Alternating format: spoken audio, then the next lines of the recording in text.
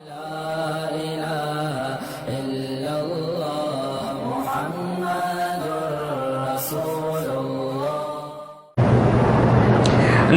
پر یا ہونٹ پر بال ہوں تو عورت صاف کر سکتی، بالکل صاف کر سکتی۔ میری بیٹی بات یاد رکھو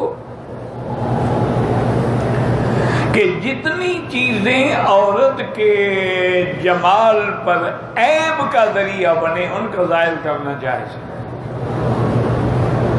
لیکن اب اگر اس کے مونچھوں پہ بال نکل آئیں تو یہ عیب ہے۔ اسی طرح اس کے چہرے پر، لبوں پر بال آ جائیں یا ہاتھوں پر یا پاؤں پر، وہ مٹا سکتی ہے، ظاہر کر سکتی ہے۔ وہ جو منع ہے نا وہ ہے کہ یہ بھویں جو اللہ نے بنائی ہیں اب اس کو ہم بیٹھ کے باریک کرنے کی کوشش کریں، یہ منع ہے۔ اللہ نے باریک بنائی ہے تو الحمدللہ، چوڑی ہے تو الحمدللہ، موٹی ہے تو الحمدللہ، اس کو آپ جو ہے وہ باریک نہیں کر سکتے۔ اسی طرح اپنی آنکھوں کی پلکوں کے ساتھ کوئی دوسری مصنوعی پلکیں لگائیں، یہ حرام ہے، یہ ناجائز ہے۔ اسی طرح بال اپنے چھوٹے ہوں تو مصنوعی بال ساتھ لگا لیں، یہ بھی حرام ہے۔ اسی طرح اگر تمہارے بال ہیں لیکن تم ان کو بوائے کٹ کی شکل میں لے آتی ہو، لڑکا بنی پھرتی ہو، یہ بھی حرام ہے۔ اسی طرح لباس میں جینز ہے، شرٹ ہے، مردانہ لباس پہننا بھی حرام ہے۔ حضور نے لعنت بھیجی المشبہین والمشبہات من النساء، کہ جو مردوں کی مشابہت کریں یا مرد عورتوں کی کریں، اللہ کرے اور پھر لعنت۔ باقی اسلام نے تمہیں بڑی عزت دی ہے، بڑا مقام دیا ہے۔ یہ تو جو آج کل کی دنیا ہے نا، وہ یورپ سے ماری ہوئی رومانس کے لیے، جی ہم رومانس کرتے ہیں، جی ہم پیار کرتے، یہ رومانس نہیں ہے، یہ ذلت ہے۔ رومانس بھی ہمیں حضور نے سکھلایا ہے۔ حضور نے ایک دن بی بی عائشہ سے کہا کہ آؤ میرے ساتھ دوڑ میں مقابلہ کرو گی، یہ رومانس ہے کہ بیوی سے اظہار محبت ہو گئی۔ بی بی عائشہ نے کہا کہ ہاں۔ اب حضور صلی اللہ علیہ وسلم کے ساتھ کیونکہ سفر تھا، میاں بیوی اکیلے تھے، کوئی دیکھنے والا بھی نہیں تھا، اس سے یہ مانا نہیں کہ ریتا اپنا تم دوڑ میں شریک ہو جاؤ، یہ تو میاں بیوی کا آپس میں پیار ہے۔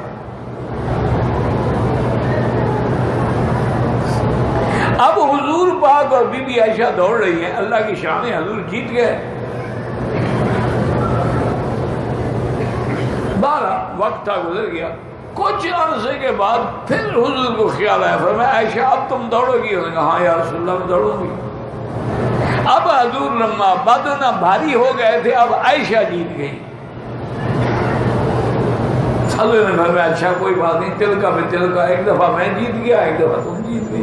مانا کیا تھا کہ بیوی کا دل خوش ہو جائے، عزت دو بیوی کو۔ حضور نے فرمایا تمہارا سب سے بڑی خیرات وہ ہے کہ اپنے ہاتھ سے نوالا توڑ کے بیوی کے منہ کے اندر رکھو۔ یہ ہے رومانس، یہ ہے محبت۔ یہ نہیں کہ کانٹے اور چھڑیاں پکڑ کے دور بیٹھو، یہ تو بغض و عناد ہے کہ گلاس اپنا اپنا ہو، جی ڈسپوزیبل ہو، پینے کے بعد پھینک، پھر بیوی بھی ڈسپوزل ہو گئی، ہر رات پھینک دیا کریں۔ اس کو کیوں گلے لگایا ہوا ہے زندگی کے لیے؟ استعمال ہو گئی پھینک دو۔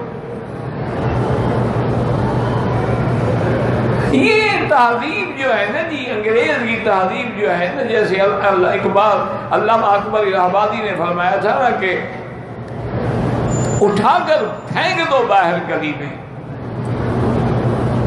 نئی تہذیب کے انڈے ہیں گندے۔ اب دیکھیں یہ محبت ہے کہ حضور لقمہ کھلا رہے ہیں، اپنے ہاتھ سے منہ میں کھلا رہے ہیں۔ تم نے لوگوں کی بیویوں کو تو کھلایا ہوگا، اپنی بیوی کو کبھی نہیں کھلایا ہوگا۔ اب یہ دیکھیں محبت کا کمال کہ حضور اگر کوئی چیز نوش فرماتے، پانی یا دودھ بی بی عائشہ کو دیتے تو بی بی عائشہ پیتی، اور بی بی عائشہ فرماتی کہ جس گلاس کی طرف میں نے اپنے لب رکھے تھے وہی حضور اپنے لب رکھتے۔ یہ اسلام کا رومانس ہے۔ کون کہتا ہے اسلام کہتا ہے محبت نہ کرو؟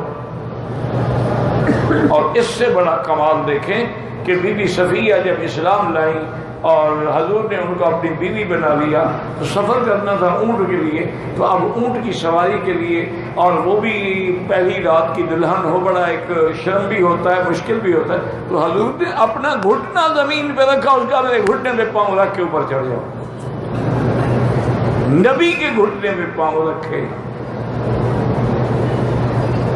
یہ مقام ہے، الفت ہے، محبت ہے، اور اس کا تعلق جو ہے ایمان سے کہیں میرے بدنی تو موت جیسے چاہتے ویسے آ جاتی۔ اللہ نے تو آپ کو اختیار دیا تھا نا کہ اگر زندہ رہنا چاہتے ہیں ہم آپ کی زندگی بڑھا دیتے ہیں۔ تو حضور نے عرض کیا یا اللہ آپ 100 سال بعد، اس کے بعد موت تو پھر ہوگی، پھر میں بس اذن اختار اللہ، میں نے اللہ کو پسند کر دیا۔ تو موت کیسے آئی؟ بی بی عائشہ کی گود میں۔ حضور سجدے میں موت نہیں ہو سکتی تھی، سجدے کی حالت میں حضور چاہتے تو موت نہ آ جاتی، لیکن دنیا کو دکھلانا تھا کہ عورت کا کتنا بڑا حق ہے اور عورت کا کتنا بڑا مقام۔ آپ کا بھائی فوت ہو جائے، چاچا، نانا، دادا، سوگ کتنا ہے؟ 3 دن۔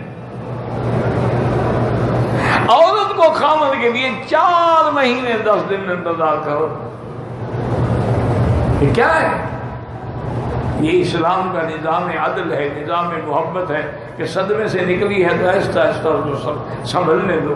یہ نہیں کہ ایک دن خامد والے دوسرے دن شادی کے لیے ڈنڈے لے کے آ جاؤ کہ جی ہم تو انتظار میں تھے۔ وہ حرام ہے، وہ عدت میں ہے۔ تو اس لیے میری بیٹی اسلام نے تمہیں بڑے حقوق دیے ہیں، جو چیزیں عیب ہیں ان کو ہٹا سکتی ہے۔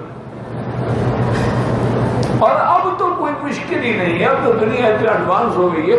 میری بیٹی کسی اچھے سینٹر میں چلی جائے، کوئی نقلی شکلی نہ ہو، وہاں وہ لیڈر سے ایک دفعہ صاف کر دیں گے، ہمیشہ کے لیے ختم ہو گئی بات، جان چکی۔ اس طرح کب تک نکالتی رہو گی؟ آج کل تو بڑا آسان ہے، آج کل تو لیڈر سے سب کچھ ہو جاتا ہے۔